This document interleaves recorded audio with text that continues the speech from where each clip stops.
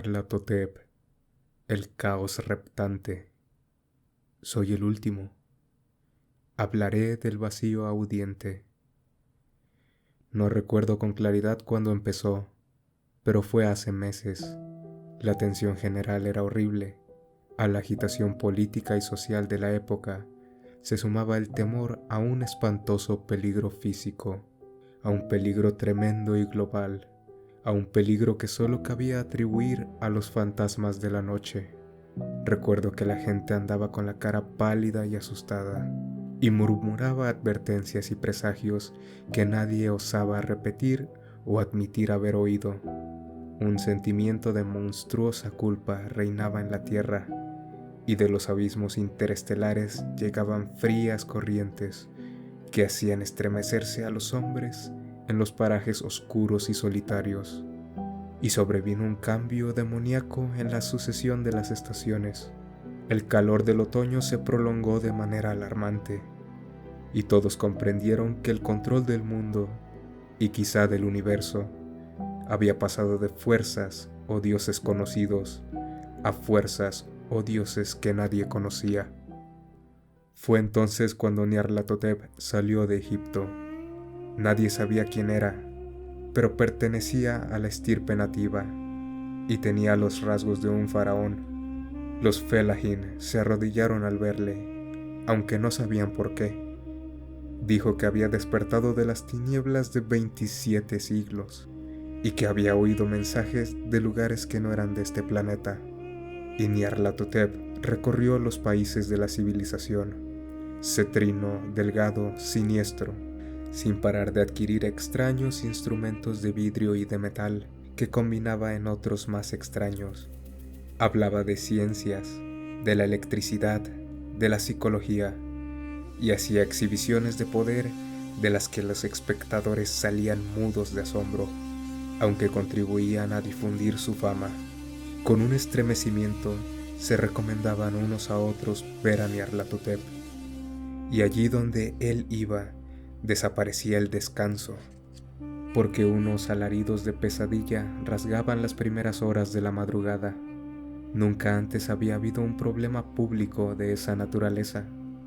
Ahora los hombres de experiencia casi deseaban poder prohibir el sueño de madrugada, a fin de que los gritos de la ciudad turbasen menos la luna pálida y compasiva cuando espejeaba en las aguas verdes que discurrían bajo los puentes y recortaba ruinosos campanarios contra un cielo enfermo. Recuerdo cuando Nyarlathotep llegó a mi ciudad, la grande, la vieja, la terrible ciudad de crímenes innumerables. Mi amigo me había hablado de él, del poder de fascinación y atracción de sus revelaciones, y ardía en deseos de asomarme a sus grandes misterios. Mi amigo decía que eran más horribles y tremendos que mis más febriles lucubraciones, que lo que se proyectaba en una pantalla de la sala oscura auguraba cosas que nadie más que Nyarlathotep se atrevía a profetizar, y que en la exposición de sus destellos se sustraía a los hombres lo que jamás se les había sustraído, pero que solo se veía en los ojos. Y oí comentar en voz baja que los que conocían a Nyarlathotep tenían visiones que los demás no veían.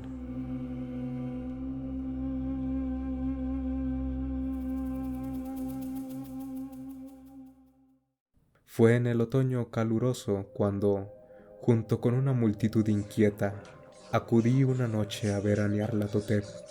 En medio de la sofocante oscuridad, subí por una escalera interminable hasta la sala abarrotada, y proyectadas sobre una pantalla, vi siluetas encapuchadas en medio de ruinas y malignos rostros amarillos atisbando desde detrás de monumentos caídos. Y vi cómo el mundo luchaba contra las tinieblas, contra oleadas de destrucción que venían del espacio último, girando, batiendo, luchando alrededor de un sol cada vez más apagado, cada vez más frío. Entonces, sorprendentemente, empezaron a surgir chispas alrededor de las cabezas de los espectadores y a ponérsele los cabellos de punta, al tiempo que surgían unas sombras grotescas como no sabría describir, y se acuclillaban sobre sus cabezas. Y cuando, más frío y científico que los demás, mascullé una tartamudeante protesta sobre impostura y electricidad estática, Nyarlathotep nos expulsó a todos por la escalera vertiginosa a las húmedas, sofocantes y desiertas calles en mitad de la noche. Grité que no me daba miedo, que nunca me asustaría. Los demás empezaron a gritar conmigo para desahogarse. Nos juramos unos a otros que la ciudad era exactamente la misma y que aún estaba viva. Y cuando las luces eléctricas empezaron a desvanecerse, maldijimos a la compañía una y otra vez y nos reímos de las caras tan raras que poníamos. Creo que notamos que algo descendía de la luna verdosa, porque cuando empezamos a depender de su luz, avanzamos en extrañas formaciones involuntarias. Y al parecer sabíamos nuestro destino, aunque no nos atrevíamos a pensar en él. Una de las veces miramos al pavimento y vimos las losas sueltas y desplazadas por la hierba, con apenas unas vías de metal oxidado que mostraban por dónde habían circulado tranvías. Y en otro momento vimos un tranvía, solitario, sin ventanillas, deteriorado y casi caído de costado. Al mirar hacia el horizonte, no vimos la tercera torre junto al río y observamos que la silueta de la segunda tenía mellada la parte superior. Entonces nos dividimos en dos columnas estrechas y cada una tomó una dirección distinta. Una desapareció por un estrecho callejón de la izquierda, dejando solo el eco de un gemido espantoso. La otra, entre risas de locura, enfiló por una entrada de metro invadida de maleza.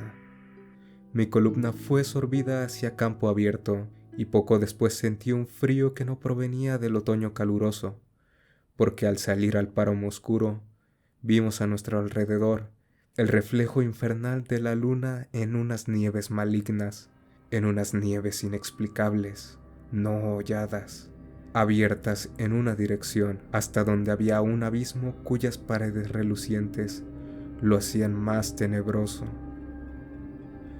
La columna se iba volviendo más estrecha según avanzaba cansina y soñolienta hacia el abismo. Me fui rezagando, porque el surco negro de la nieve iluminada por una claridad verdosa era terrible, y me parecía oír el eco de inquietantes alaridos conforme desaparecían mis compañeros, pero la posibilidad de quedarme atrás era escasa.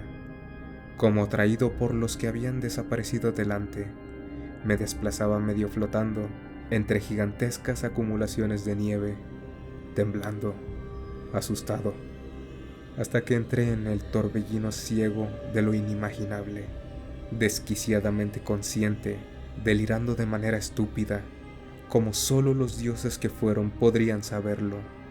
Una sombra morbosa, sensible, retorciéndose en manos que no son manos, giraba ciegamente, dejando atrás lívidas noches de pútrida creación, cadáveres de mundos muertos, ulcerados de ciudades, vientos de carroña que barren las pálidas estrellas, amortiguando su parpadeo, y más allá de esos mundos vagan espectros de monstruosas construcciones, columnas de templos profanos que descansan sobre rocas innominadas bajo el espacio y se alzan vertiginosas hasta el vacío de más allá de las esferas de luz y de las tinieblas, y traspasando ese cementerio rotante del universo, un batir apagado y enloquecedor de tambores, un delgado y monótono quejido de flautas blasfemas procedente de inconcebibles y oscuras cámaras exteriores al tiempo,